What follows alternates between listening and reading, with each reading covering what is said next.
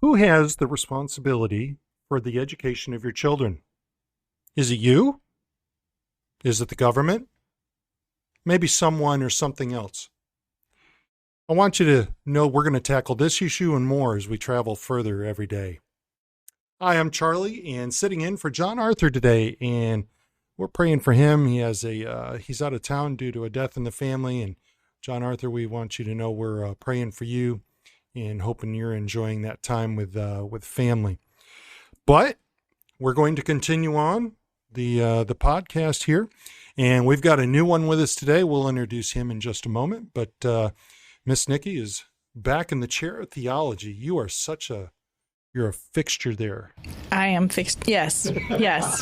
This is a safe place for me to be. She does not know what to say. That's right. This is just a safe place for me to be. Dealing with what we believe as it pertains to a theological standpoint. And then to the left of Miss Nikki, we've got Jason, and first time on the podcast. Welcome aboard. Thanks for having me aboard.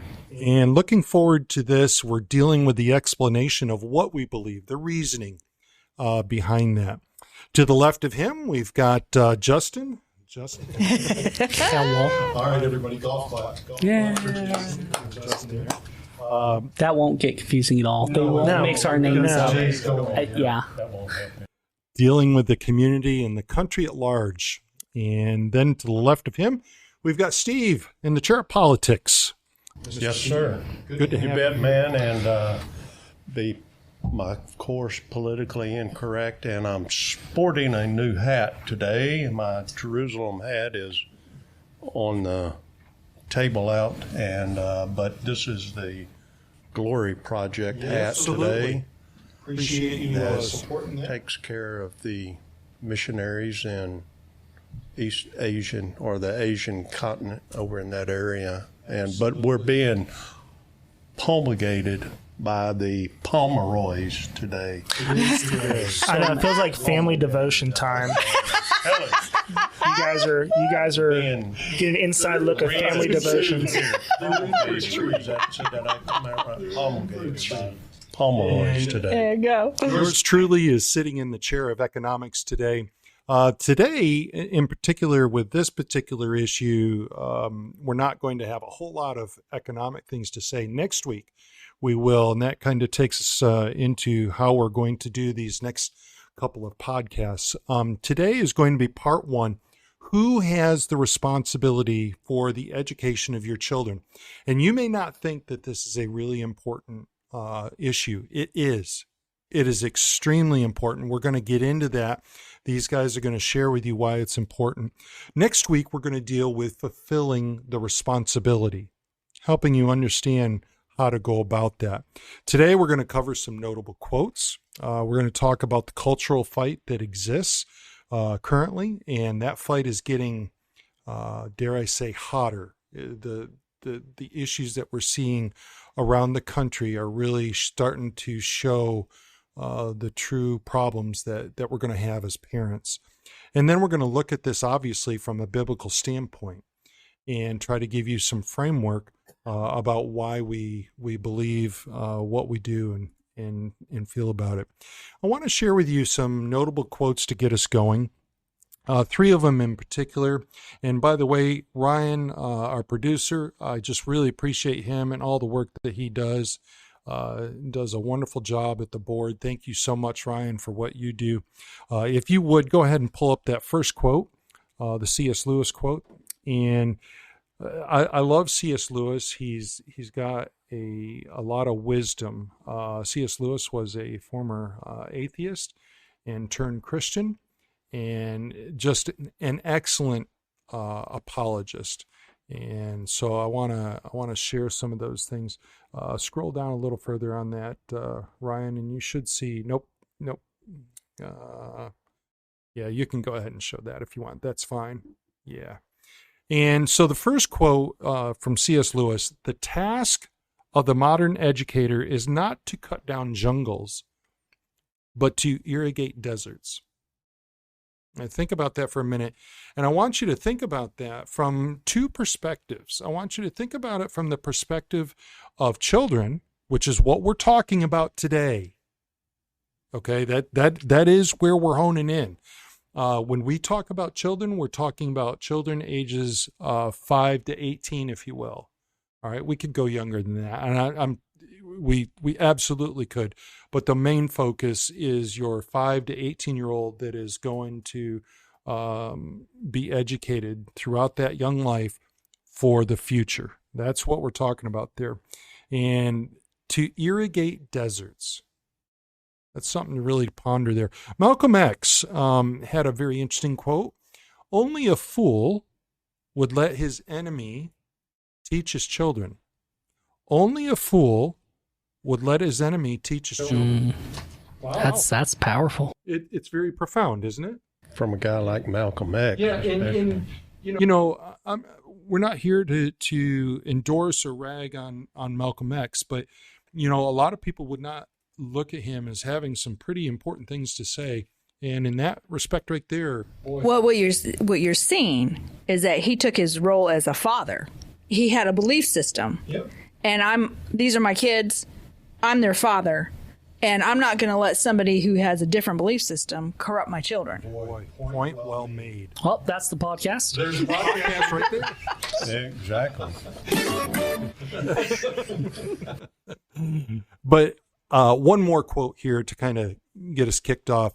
Martin Luther King had this. The function of education is to teach one to think intensively and to think critically. Intelligence plus character. That is the goal of true education. Boy, that is, and I'll have to say this, I think I really relate to that myself, being a Bible study teacher. My whole thing is I want you to study. I want to provoke you to think about something and dig deeper on it. And go further with it. And that really is what our education system should be. That's what it should be. I don't think that's really what it is today. It's moved quite a bit, and we're going to talk about that as we move forward. Why this topic? Okay, the fight that exists. So there's a really good article that I would encourage you to look up. UnitedFamilies.org. Who controls parental rights? Who controls the education of your child? There is a website. We'll include that in the links for the podcast, so you can take a look at that. I think one of the glaring areas, guys, that we're seeing this fight fought. If there was a poster child, if I could dare say that, for America today, it's in Loudoun County, Virginia. Yeah, it's really sad to see some of the things that are going on there. You've got fights at school board meetings, things like this. This is where parents are fighting back against what is being allowed in their school system and who has rights, who doesn't. By the way, let me just say this before we take a look at a clip in just a moment. Ryan, if you could get that clip ready. You've got judges. And folks, when I say this, I'm serious. You've got judges that are saying that parents do not have rights with their kids when it comes to their education. That sends a chill up my spine. And for you, and I don't care what age you are, I don't care if you're listening to this podcast today and you're 20 years old and you don't have a child, you ought to think about what Malcolm X said. You ought to think about the implications of somebody having control over what your child is learning. And that's why we're looking at this topic today. We're looking at this from a biblical perspective. We're going to dig that out. But it's important who has control of teaching your children. All right. So Ryan, if you would, I want to play this clip. It's a minute and a half. I want you to really note the words on the screen and listen to the words that are being spoken in this clip. Ryan, let's take a look at this.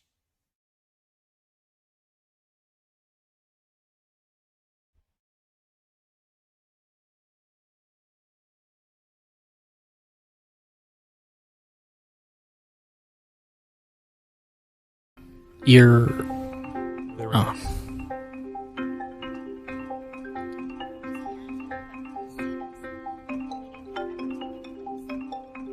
When parents are excluded from decisions affecting their child's health and well-being at school, it sends the message to children that their parents' input and authority are no longer important. This created a huge wedge between our daughter and us because it sent the message that she needed to be protected from us, not by us.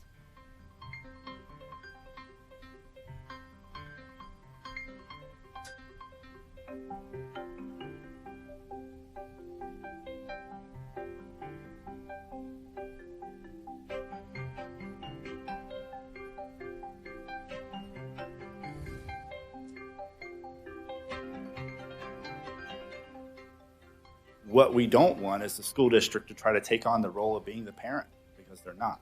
I have always told my children my number one job is to protect them and keep them safe. This school took that away from me. Okay. That, So what was the situation around her? well, I don't want to dig into. I don't want to get into that. The issue is clear that states are looking, school districts, I'm sorry, and in some states are looking to inhibit your right as a parent to what goes on. If you listen to what she said, listen to what he said, the gentleman there, we don't want you taking on the role of being the parent. And so I think it's important for us to recognize that the issue is not just with educators, but now it's starting to become an issue in the legislators. It's starting to become an issue with state policy and everything. That was the state of Florida. And obviously everybody is pretty aware of some of the controversy there surrounding Governor DeSantis and some of the things that he's done. I think he's taken a pretty good approach to what he's trying to do. Let me also, before we go any further with that, let me encourage you, be very careful that you say that somebody is doing something or not doing something based on what somebody else is saying. Check it out for yourself. Can I just be that blunt and clear? Check it out for yourself. The don't say gay bill is one very clear example. The stuff that you're hearing propagated through the media is not entirely true. And you should be doing your homework and looking up those bills and determining what is stated in them. So that's why we're talking about this topic, because there is some stuff at play. And I want to go to the chair of culture here. And Justin, if you would, why is the issue of responsibility of education for our children so critical to our culture? Because that is our culture. Like, that's the epitome of culture is, what do we as people do, believe, and how do we act? That's what culture is. What we listen to, what we watch. Well, that all starts in education. There is an old, I don't know if it's a Chinese proverb or Confucius or idiotocracies. I don't know. I said it. Yeah, there we go. Idiotocracy. But there was somewhere I had read long ago that a philosopher had said, you educate the children so you don't have to punish the adult. And that's huge for our culture. How we educate our children is how our adults are going to act and the culture that is going to take our world into. And so many times we look at our children and go, oh, well, we're fitting them into today's culture. No, you're shaping tomorrow's. And every little step you take takes a bigger leap. I think about a compass, right? So I was in Scouts and orienteering, and they always told you, get your direction, get your marker, and then find a spot and walk to that spot. Don't try and follow your compass the whole way. Because if you get a little bit off, that little bit isn't that big of a deal 1 mile. That's right. But 100 miles, It becomes exponential. now it's exponential. Well, if we take a 1 mile thing on how we educate our children, our culture drifts 100 miles by the time they're adults. And so that's why educating at the young age and how we educate is so important for our culture, because it is going to shape it and change it. And let me just ask one more quick question as a follow-up. Would we want our education to be controlled by a single group or divested across multiple people? Does that make sense? Well, that depends. If I'm the individual group, I'm fine with controlling it all. But that goes to the epitome of the answer right there. If you're not going to give me complete control, then I think we need to diversify. I mean, and I say it jokingly, but that's what a lot of people are thinking. Is, you know, they're like, well, I don't want this one group in charge because they don't know what to do, but I do. And so they step in to make changes because they know what's best. But you have to take that step back and look and go, did I just do the exact same thing? You know, I think in service today, the preacher talked about a double standard, right? Are we having a double standard with how we want our kids educated? Are we saying you don't know how to do it, but I know how to educate other children? Great question there. So, Nikki, from the theological standpoint, who has the responsibility for educating their children? The parents do. Very, very, very clear. In Deuteronomy 6-9, and these words which I command thee this day shall be in thine heart, and thou shalt teach them diligently unto thy children. Now, I know we're talking about the law here. Yeah, we're talking something spiritual. There's principles here. But there is, because these young boys, and it was boys at the time, they had to memorize whole things of Scripture. But the whole gist is, thou shalt teach them diligently unto thy children, to talk of them when thou sittest in thine house, and when thou walkest by the way, and when thou liest down, and when thou risest up. And thou shalt bind them for a sign upon thine hand, and thou shalt be as frontlets between thine eyes. Now, what the point he's trying to make is, it's also about character, too. How you raise these children up and what you do with them. Children are a heritage of the Lord. Let's remember something. They're yours because God gave them to you. And one day you're going to answer for how you raise these children. That's a good and so he's saying your whole life should be consumed in raising these children in the moral character in which I have determined is the right way. Then that's the Lord determining the right way. And one of the things that was brought up, character. You know, when our kids were younger, and teenagers, Jason and CJ, there was a group that went around to public schools. Character matters. It was teaching character matters, and character does matter, and that's a whole different. Yeah, we could get into a lot of things in that. Just taught us, don't talk to strangers and don't do drugs.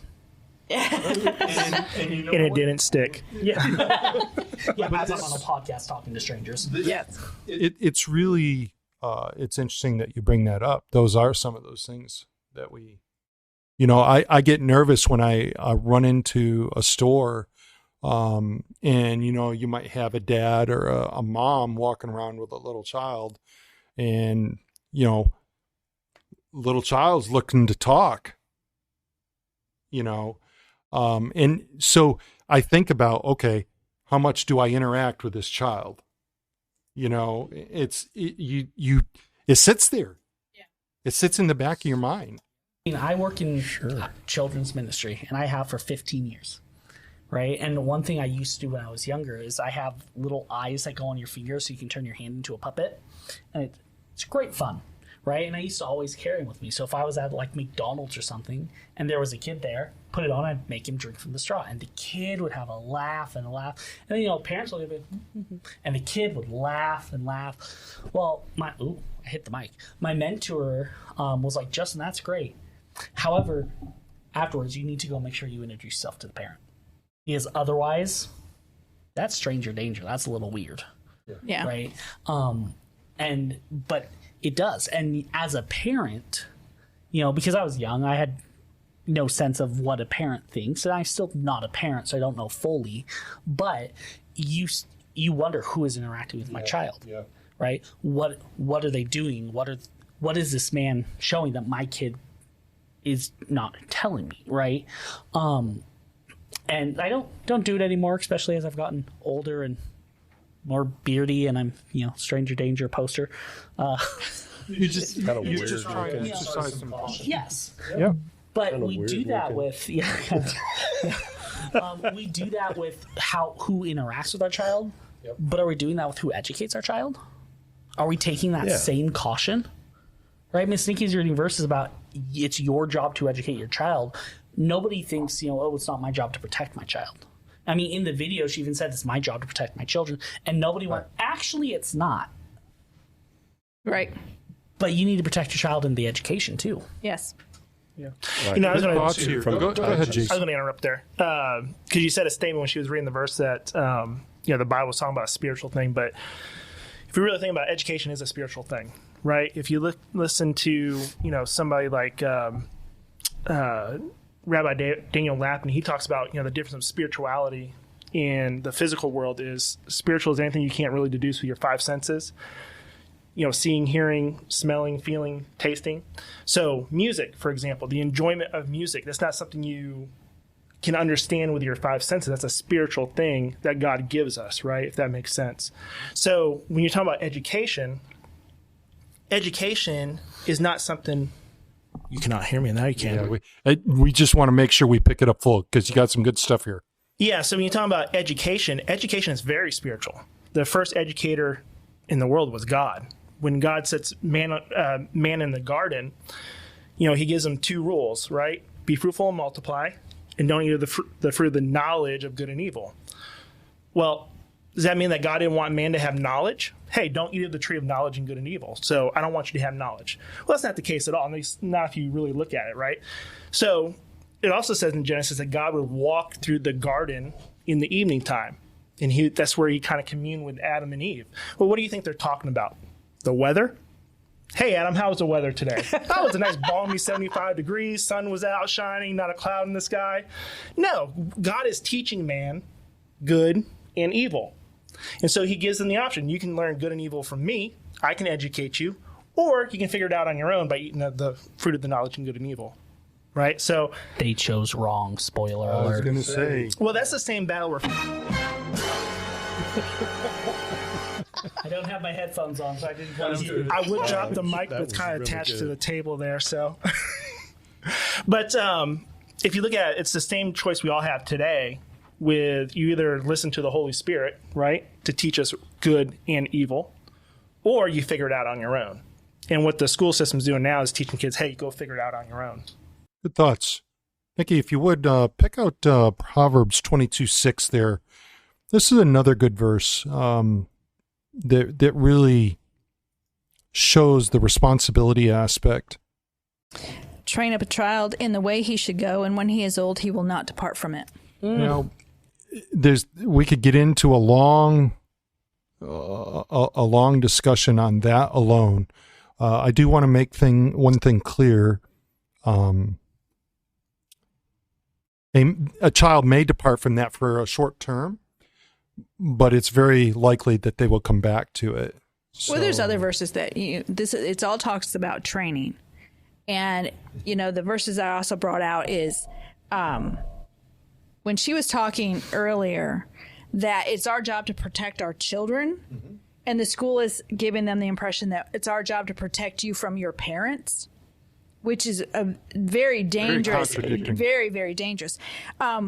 Exodus is very clear. Honor thy father and mother, for thy days may be long upon the land which thy Lord thy God giveth thee. Now, this goes back to Malcolm X. If you're sending your children to school, and the school is telling your children, we have to protect you from your parents, then what Malcolm X just said was, I just gave the enemy my children to educate. That's what he's talking about.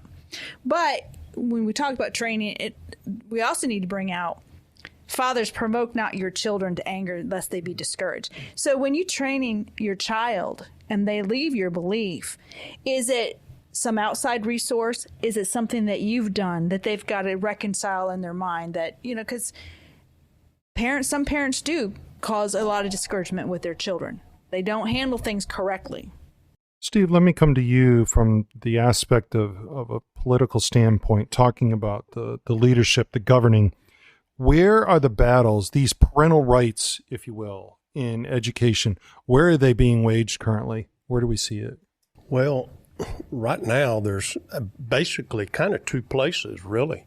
They're being waged with your school board currently, where parents can go and have to deal with all of the school boards on what is being allowed, what's being taught in the classrooms, and then also with the, say, like, I don't want to say the Board of Education and the Federal Board of Education with the people that are being appointed by whatever current administration is happening, like one that is going with the current one that's in there right now, Randy Weingart. And we're going to talk about her. That is not a good situation. No, not at all. I would probably bring it down just a level. I'd bring it more to the state level.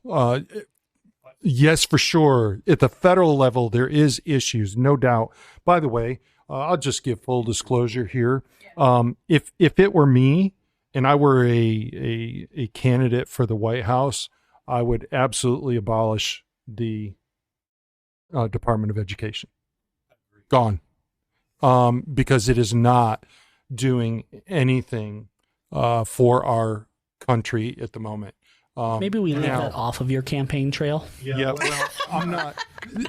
But here's where I want to go to. I think you'd probably win just one. I don't think I would, but you can tell.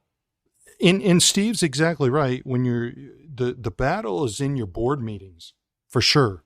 That absolutely is. When you have people getting arrested for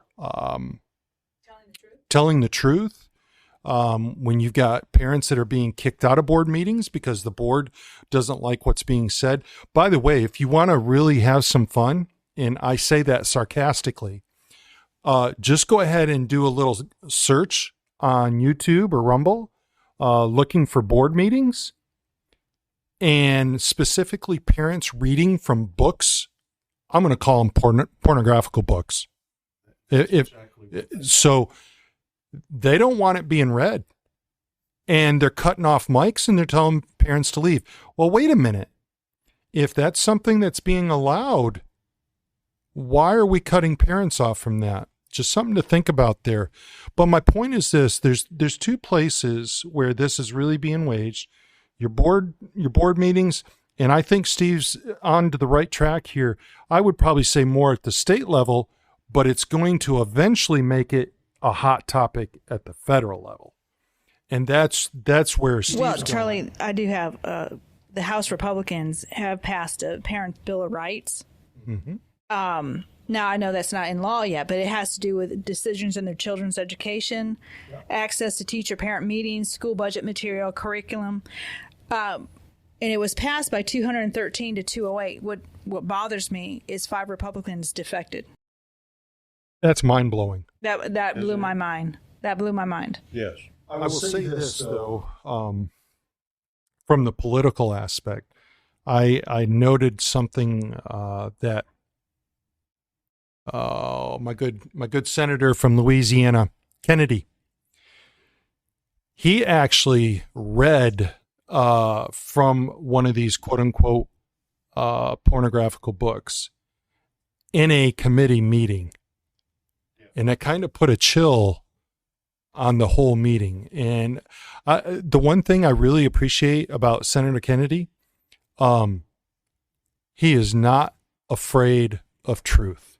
Boy, you are not kidding. And he will come right out and tell you like it is. He reminds from me. the ground. Amen. Man.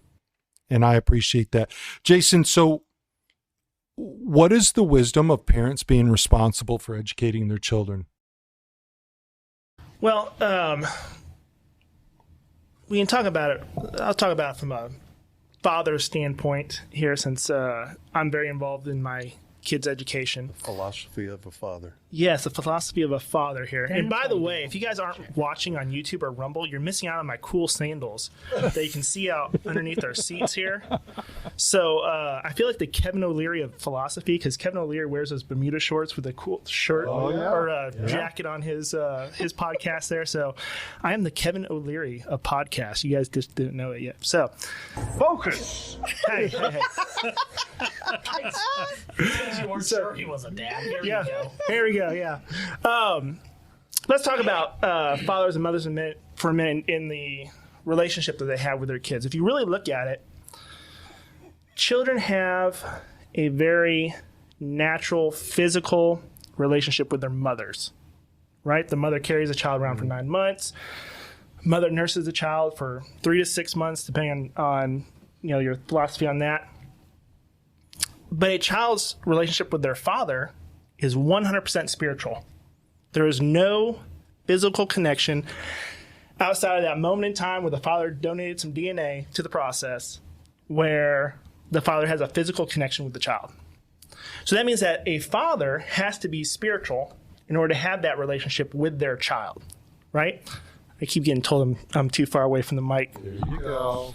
We need to get the headsets right on, like Bob. I feel like, Pull your chair up. I feel like I'm in the ocean, bobbing back and forth here. Pull your chair closer. So, so to even have a relationship with a child, a father has to be spiritually minded. And we talked about education is one of those spiritual aspects of building that relationship. As a matter of fact, if you really look at it,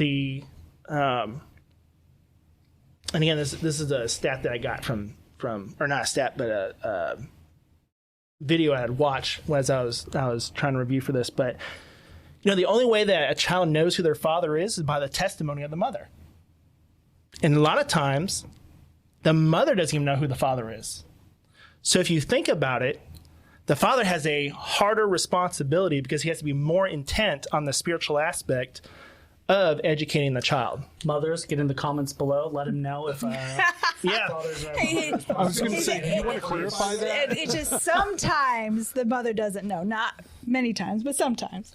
In this day and age, it's actually more common than we like to admit in some circles. But an interesting point there with regards to the physical aspect, and I think that when we delve into this issue of who's got responsibility for the education of our children, we're seeing from a biblical point, it is absolutely the parents that are But that's designed by God.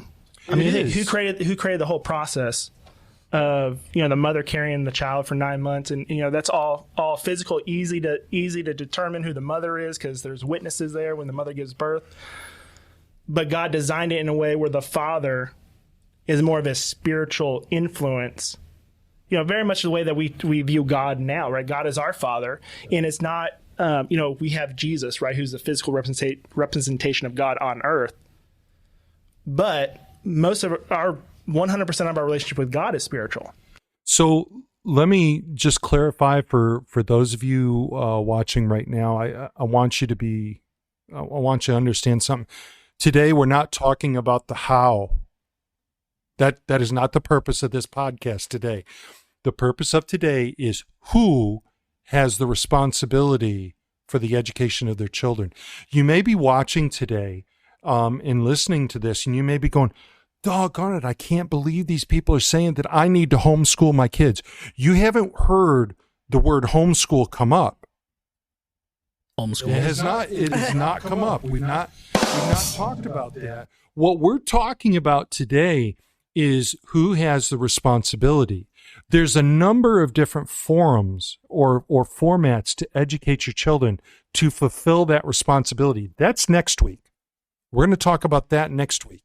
And we're going to give you some pretty solid stats about things that you need to think about and consider. And let me also say this, and you're going to hear this next week. Homeschooling is not for everyone. And homeschooling is one way amongst a number of other ways to educate your children. You know, private schools, Christian schools, Putting them out on the public street, schools. No. It's a waste. Do you know, Street education, that is. and I would like to add to Steve's chair of politics, parents, and I'm guilty, so I'm guilty of this. You have the power of who you want on your school board. And I think a lot of parents just don't realize that these are elected officials. They're there to represent the people in that community or that district. So if they're on a board and the majority of the parents do not like what's on there, you have the right to vote them off and vote in people who are on your side and think the way that you think. Boy, and if there was anything that I think people should hear is that right there. You can make a difference, Steve. Yeah, and people have to understand one thing, and I don't trying to make people sound like they're idiots, and they're not, is that people that get on school boards have a political agenda, period. That's what it's all about. You know, of course, they've probably all had children, but a lot of them are getting older. They've had their children in school. Now they're looking to educate the further children, and they understand that, okay, look, we educate these kids. Now we can decide how we want the future generation to be, which is what they tell you in communist countries. Hey. And I think this goes to the heart of what Jason was talking about a moment ago. Where do we want that influence coming from? Is it from the biblical point of view? Is it from a godly point of view? Is it from a worldly point of view? I mean, if you're looking for worldly, then just look for somebody that's non-Christian. That will push you in that direction. Justin, we hear this statement. So much has changed in our culture. What is the impetus for that change? What has caused that change in our culture? What would you say? I would say I should have looked at the notes so I could come more prepared for that question, because that's a for real question. I think. Let me ask you this. Let me do that. Give you a little more context here. 50 to 75 years ago, did we have questions about parental rights for the education of our children? Did we have the issues of difficulty with teachers in the classroom? Or were things pretty good? They could be dealt with? Well, I mean, things could be dealt. There was also, I think of back when I was just cartoonist, who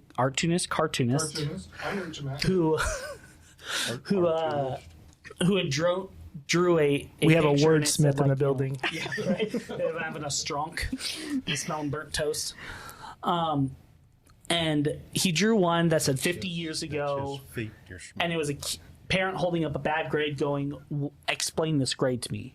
And then it said now, and it had the parent holding up the bad grade to the teacher saying, explain this grade to me. And so I think there's a big shift where part of it was we got too protective of the kids, and we started blaming the teachers. And so we pushed on teachers and said, hey, you need to do a better education job. And now teachers are going, okay, you've told me I need to do better. I'm taking control then. If you're going to blame me, then I'm taking control. That is the impetus of the change right there. And let me just add to that, because I there's no mute button today. For those of you that are watching, there's an inside joke in this group. It's a fun one. Hang on, Nikki. Let me make this one point. What you just said there, Justin, I think is the impetus. Parents have yielded their responsibility to somebody else. Well, that's Absolutely, easier. and that's exactly what I was going to go. If you talk to teachers, which I have talked to many school teachers, and they have a child that's struggling, and they will go to the parent, and the parent will not do anything, will not see that the child gets their homework done. Yep. They're not diligent at all over that child's education. So we have told teachers we're not involved. Now, and there's a difference between a child whose parent is involved and a child whose parent is not involved. And teachers will tell you that. So if you're absent, then that gives them the right to start making decisions. Yeah, I was going to add something, going back to the school board discussion. A lot of these people who get elected to these school boards are supposed experts in their field, right? And the thing as a culture, we're told is don't question the experts. And I want to make a real oversimplification of an expert. It's just someone who sold their bill of goods better than the next guy. That's an expert, right? So if you look at, go hit the button. Go ahead. Yeah, go ahead. I can't drop the mic, so. No, they're not an expert. So if you look at medicine, right? They used to think that by taking 2 cups that were boiled in water and putting it over your ears would help you with an earache. Those were the experts. Does that work? Because I've had an ear issue for the past month. You can try. The experts in 1790 If you like. said it would, right? Stabbed me with a stick earlier. Well, and the experts used to bleed you. If you were sick, they would try to bleed you to draw out the bad. So all an expert is just someone who's done a good job in selling their bill of goods to the next guy. I'm going to push back on that a little bit. And what you said is right. I would agree with that. But in the same respect, I would want a surgeon operating on me and not somebody that was able to sell me. Well, I don't think he was said qualified. He just said he wasn't saying that the person wasn't qualified. He just said that. If we're looking at experts in the educational environment, not necessarily a surgeon or a but even a pilot. You want a pilot with so many hours of flying that specific type of plane, right? So we can consider them an expert. But as far as like an educational person, that's something that's not really, again, it's more of a spiritual thing. And they're out there just trying to sell, hey, this is what I think is the best way to do stuff. I think you've drawn a very good contrast there, though. And you might call it oversimplification, but I'll tell you what, I think there's some truth in that as well. So and if you go back, we were talking about what actually is being taught in the school systems. We talked about the first 2 commandments is be fruitful and multiply. So that's God's command about teaching that the relationship between a man and a woman, right? And then the study of knowledge and good and evil. If you look at what they are teaching kids today, it's not between a man and a woman. The relationship between a man and a woman is free and open, so it's totally opposite to that command. Plus, this is what you should think about knowledge and good and evil. Yeah. So it's not about the 2 + 2 = 4 anymore. This is, hey, we are choosing the tree of the knowledge and good and evil over what God intended for us to do originally. Do you know? That's history. Yeah, if you dive into, every time God is getting ready to release judgment, it's almost always predicated by everyone was doing what was right in their own eyes. In their own eyes. Right. So everyone was choosing the tree. The first public school, I read this the other day, the first public school in the United States, and it wasn't even the United States at the time, was in 1675. It was the Boston Latin School. And they were teaching family, church, culture. That's what they were teaching. It was a Latin school, but they were dealing with a lot with words and meanings and things like that. And in the last school in the 50 states, it was Mississippi that made the requirement that children had to go to school and gave the ages. In some states it was 5, some 6, some 7. But Mississippi was the last one that came in on that in the early 1900s.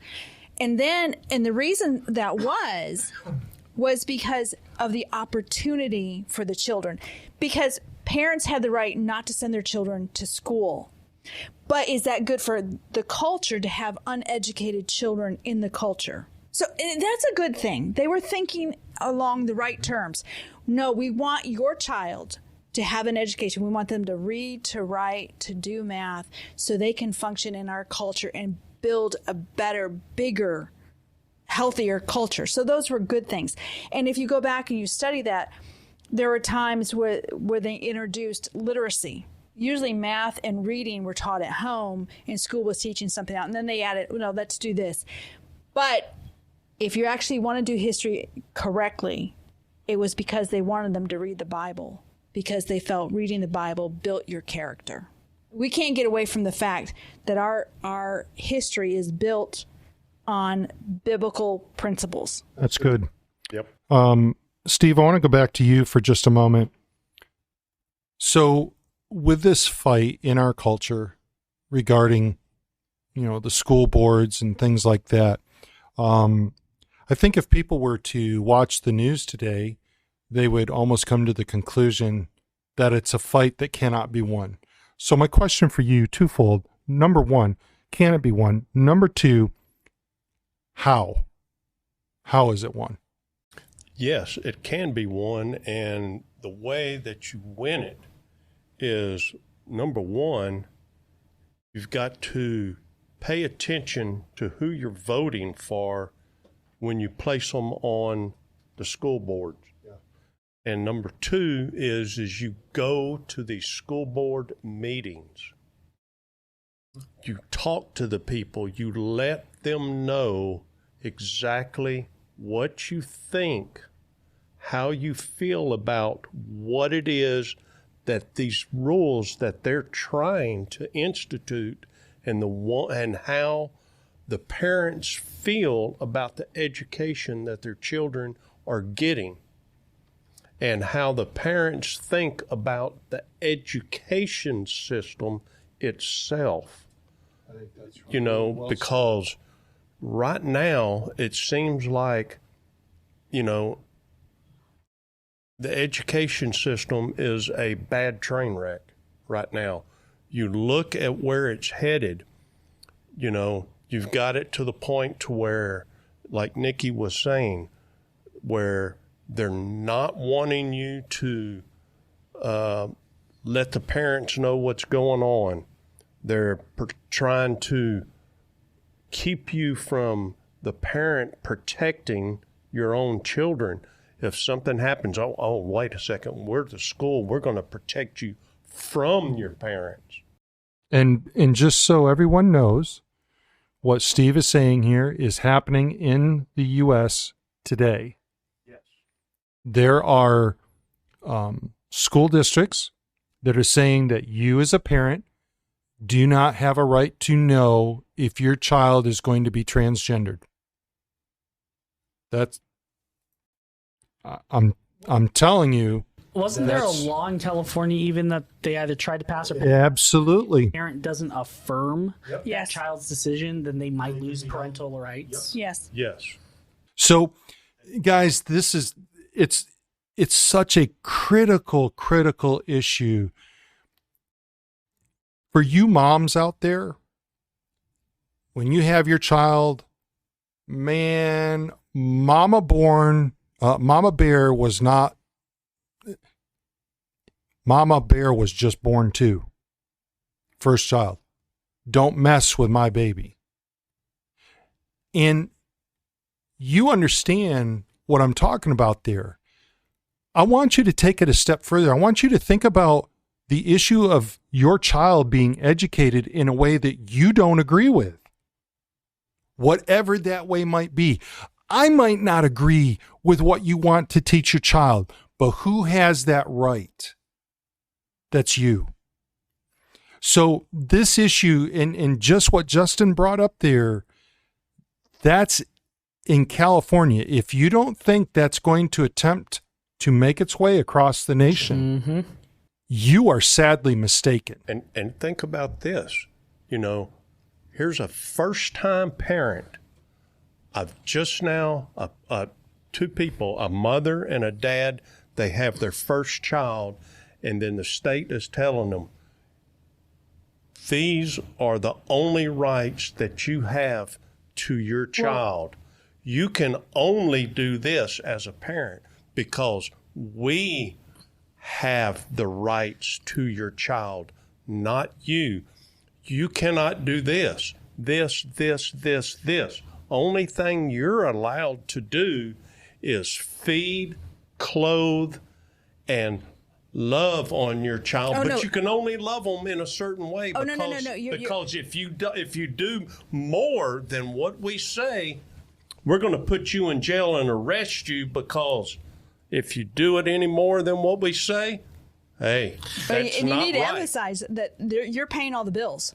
Right. Okay, you might not have the right to make the decision, but you're paying all the bills. Exactly. Well, and that's where we're going. That's where the culture's heading. And it starts in the education. Big right? train wreck. It starts here where we educate these kids. And part of that education is now that you're allowed to not agree with your parents, right? And you're allowed to not agree with them. But there's a certain age where you start to get to argue. And your arguments start to get to hold weight. That's about But until then, 12. your parents are in a role of controlling you. And that is biblical. They are supposed to raise you and tell you what to do. Eventually, they turn to advisor. Well, as a culture, we keep pushing that advisor. Well, you can only advise now when they're in kindergarten, right? Well, what's going to happen is they get older and they start making the rules. Yeah. They're going to go, man, I felt like my parents were too controlling because I was told that they were too controlling. I'm going to protect these kids from too controlling parents and take more away from parents, right?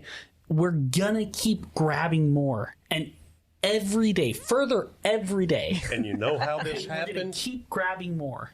By electing the wrong people into office. And because you don't realize their political agenda. Well, and by not holding and putting our foot down. I think that's the big thing. We have the responsibility of if, say, and maybe this is getting into next week's, if somebody's saying, no, you can't educate your child that way, pull them out. And I just want to, and I appreciate you holding it right there, because next week is going to be a very powerful hour, and I want to encourage everybody to be looking for that episode. But you guys are spot on right. Just one more quick thing on top of what Steve was saying a moment ago. I think probably one of the areas that Christians really find difficult when it comes to voting is for State Board of Education or local Board of Education, county Board of Education, because we don't know where those people stand. Guys, can I say this? Let me tell you, the worst thing that you can do as a voter is just simply show up at the polls. You should be looking at the stance, at where a person stands on certain issues, and that includes your Board of Education candidates. I'm going to give you a story to nail that point home. Yep. And my dad doesn't listen to the podcast, so I can say this without worry about him attacking me. We were voting once, and we vote as a family because in Washington you do absentee voting. So you vote and you mail it in. So we vote as a family so that we can ask questions, right? Well, we got to the insurance commissioner, and my dad just filled in the Republican guy, right? Because, he doesn't really care that much. And I'm reading about him, and he was a, what's the word for the autistic? They're really good at something just instantly. I can't remember the name, but he was like, oh, I'm really good at this. I pick it up right away. He goes, my goal here is that what I'm going to do when I'm in office is I'm going to go to school for all of this. And I'm going to keep educating, and I'm going to hire people to do the job under me. And so I will probably hire the person I'm running against to actually do the job while I go to school and get more education. Wow. Oh. Wow. And I'm reading that, and I'm like, what? So you want the job to go to school and have somebody else do the job for you? And I was like, it's just dumb. Vote for him. He goes Republican. I'm like, did you read this? He read it and went, how do you change a vote? I was like, so really, you gotta read. Yeah. You got. That's to really do interesting, Jason. We would have quite the debate if we sat down as a family and went through all the votes. That would be hilarious. So my mom and dad do not vote the same. And that was eye-opening the first time we did that. I was like, y'all don't feel the same way. And funny enough, it's about school. Most of the stuff in the education, my mom and dad don't see eye to eye on. And which is... It's not surprising. I'm really not surprised by that. From the economic chair, and I haven't really said much about the economics of this, and I told you that there's not really a lot to say today about this, but let me say this, because there is one point I do want to make. The impact to the winner of this debate, and I've got winner in quotes, double quotes, if you will, the financial impact is huge. It really is. We will talk about that next week, I can assure you. But I would encourage you that are listening, just do a little digging about how much money floats through, if you will, cycles through the Department of Education. Just take a look at that. And then I would encourage you to do one other thing. I would encourage you to take a look at the amount of money that cycles through your local school district, whatever that might be. I believe you would probably find your jaw on the floor.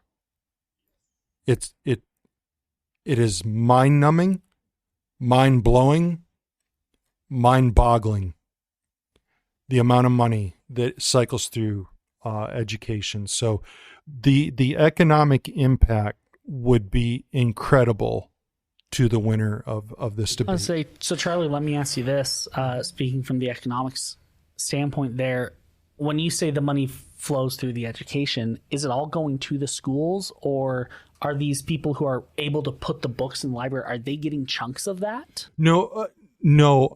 What I'm looking at, so here's one, I'm going to give you a taste of next week. How much does your average superintendent earn? Anybody know? I believe it's in the cities. In the cities. This is anywhere from $300,000 to $500,000. Does that blow your mind? I would like to understand. And by the way, 5% of income earners in America. Yeah, let me tell you, folks. And Mr. Charlie, see, Mr. Charlie here is not opposed to the capitalist system. I am all for it. Believe me, I am all for it. But what I do want you to understand is that I believe there is waste going on and misuse of money. If you've got if you've got a superintendent who has got a school system that is turning out grade A students, buddy, give him $500,000 a year and more. And Nikki says just 5. I'm okay with more, but that's not what we're turning out. That is not what we are turning out. We are struggling in America to keep up with China when it comes to education. We are struggling to keep up with other countries now, not just China. So I am not anti-capitalist. I am not anti-$300,000 to $500,000 a year. I am anti that if you can't turn out great product.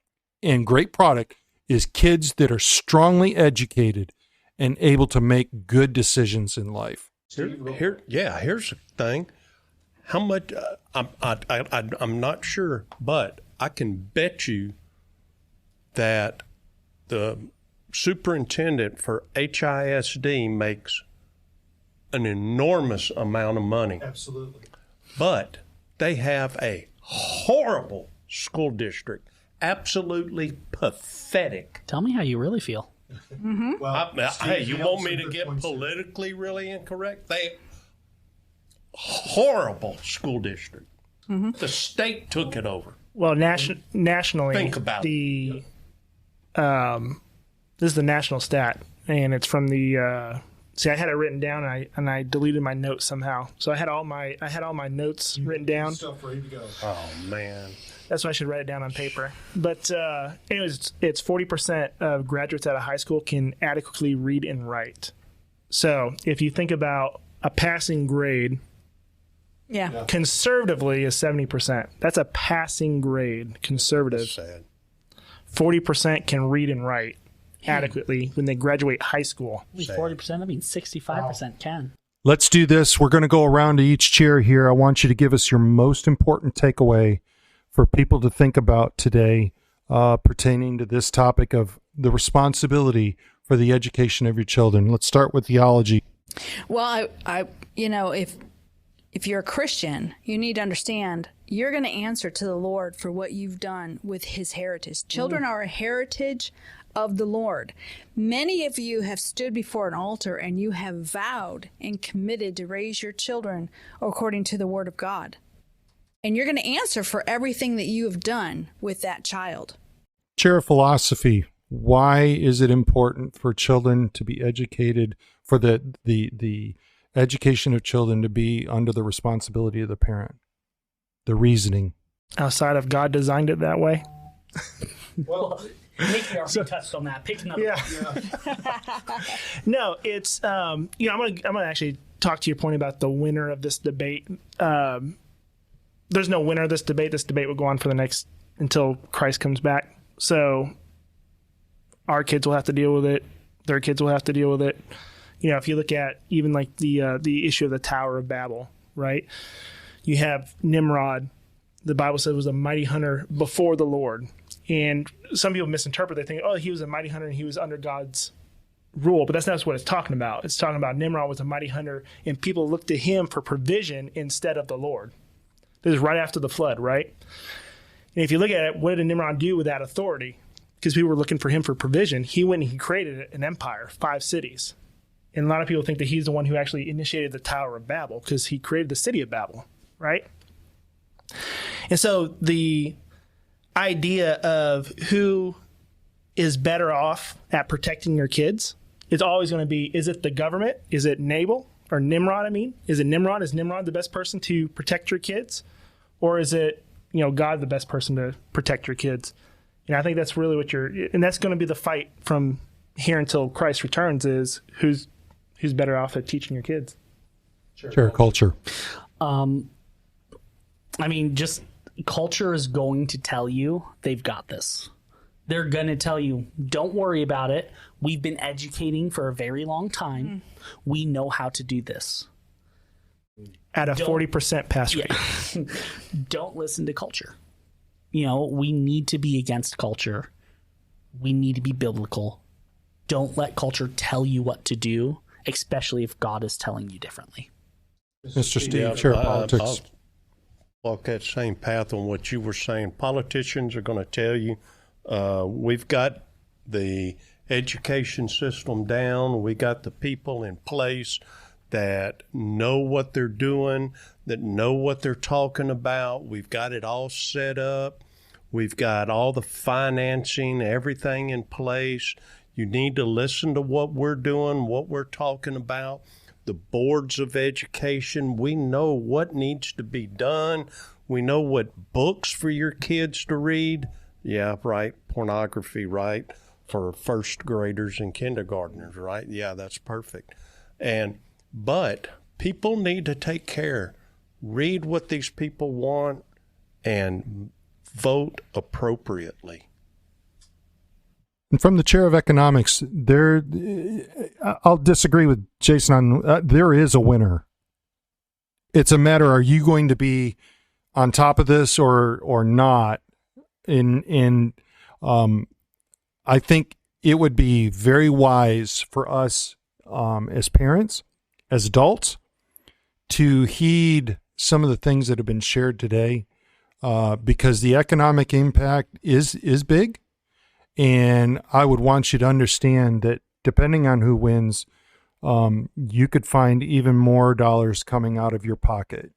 And I'm not saying that the purpose of your life should be to get rich or that you should be loving money like crazy. I'm not saying that. I'm saying that many of us would like to provide for our families and do so in a way that is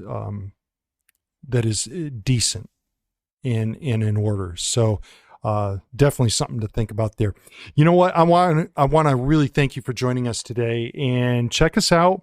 You make sure you like, subscribe, follow, share. Share this with your friends. Just give them something to think about. Put in the comments if you think I'm right, or if you think Charlie is right. And the winner gets $1,000 paid for by Miss Nikki. No. That's right. You can follow us on Rumble, YouTube, Apple, Amazon. Check out those platforms. And Jason is right. Leave us a comment. Tell us. Share with us your thoughts. Maybe share a personal testimony or a statement about what you have experienced in your school district. We would be glad to hear that. Next week, part 2. We're going to talk about who's responsible for the education of your children, fulfilling that responsibility. How can you do that? We're going to look at some different statistics surrounding this topic, and I think you'll find some of them to be very eye-opening.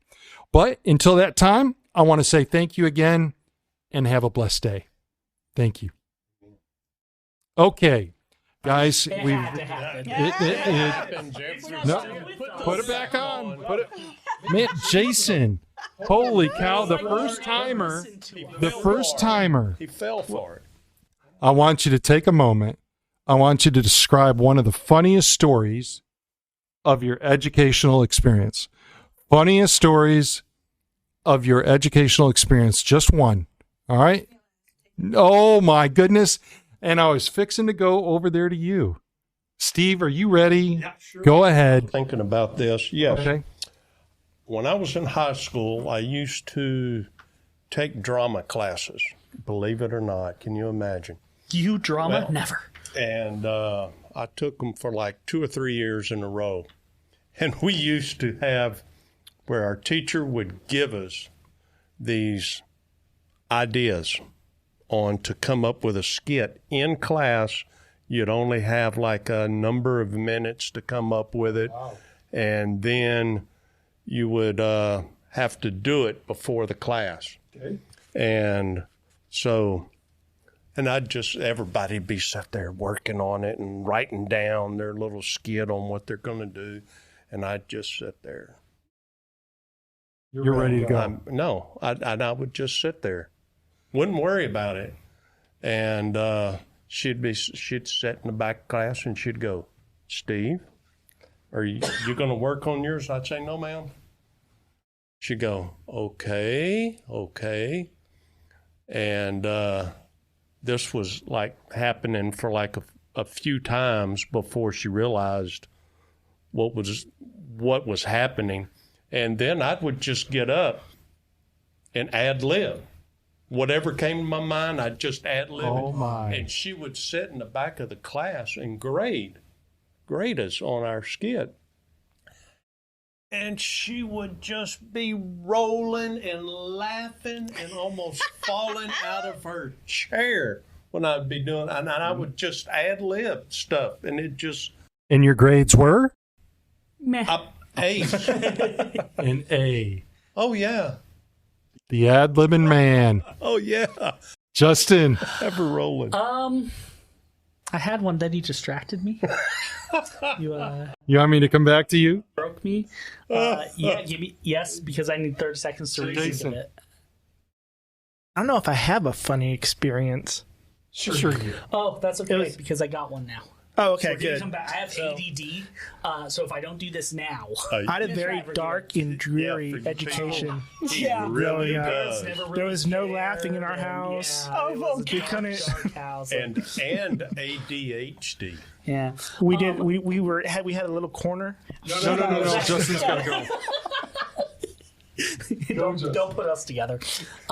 So we had a band teacher. Yep. And this band teacher was... he was a great band teacher, but they're not always the most mathematical or English driven, or because they're focused on the music. And great, he had sayings. We called him C-ism because his name was Mr. C. Like one, he'd always go, "I've seen a lot of bands in my day, and you're one of them." Ready for a compliment. Nope, you're one of them. But I remember one time we're sitting there and he was so mad. He goes, "Guys, you need to get it together. 99% of you are doing exactly what I want. The other 2% are farting around. And we all went, what? 2%? And he just kept going on this rant. Finally, someone goes, Mr. C, that's 101%. He goes, what was? my goodness. We had to write it down for him to grasp what he had said. He must have been that accountant. You ever hear that joke about the company who's trying to hire a new CEO? And so they brought in, an engineer. They said, we just have one question for you. What is 2 plus 2? The engineer gets his calculator out and does his graphs and everything. Says, 2 plus 2 is going to end you up between 3.9 and 5. That's 2 plus 2. So then they bring in a bookkeeper. I'm sorry, they bring in a salesperson. And they said, what is 2 plus 2? He goes, I'm glad you asked. 2 plus 2 is one of my favorite numbers. It should be your favorite number too. If you look at all the other numbers out there, 2 plus 2 is the easiest to remember. It's 4. So thank you very much. So then they bring in an accountant. Said, we have a question for you. What's 2 plus 2? The accountant gets all excited, closes the door, shuts all the windows, comes back, sits down, goes, what do you want it to be? Vicky? I can't think of something. I just. Oh, Do you I've got one, and this goes back to we went to school together. we went to school together for a couple of years. Yep. Yeah, we're high school sweethearts. Yep. Oh, that was the funniest time. Oh, now I understand. Oh my gosh. So we had Mr. Maxim, who just recently passed away. He was a math teacher. He was tough. He would make you think. He would. Erasers, soft. So he would sit there and ask the question. He'd go, Chuck, what's the answer? And I'd go, yes, no. He'd go, Chuck, those are the 2 choices. Which one is it? And I would sit there and respond, I don't know, I'm trying. And he'd go, Chuck, you are very trying. What is the answer? Is it from India or something? No. He was just full-fledged tough, and he would get after you. But he was good. He was good, and we'll miss Mr. Maxim. But want to just thank you. I hope you guys have some funny stories about your educational experiences. Don't be afraid to share one of those. Next week, don't forget to tune in. All right? Yes. It's going to get heated. Bye. Bye.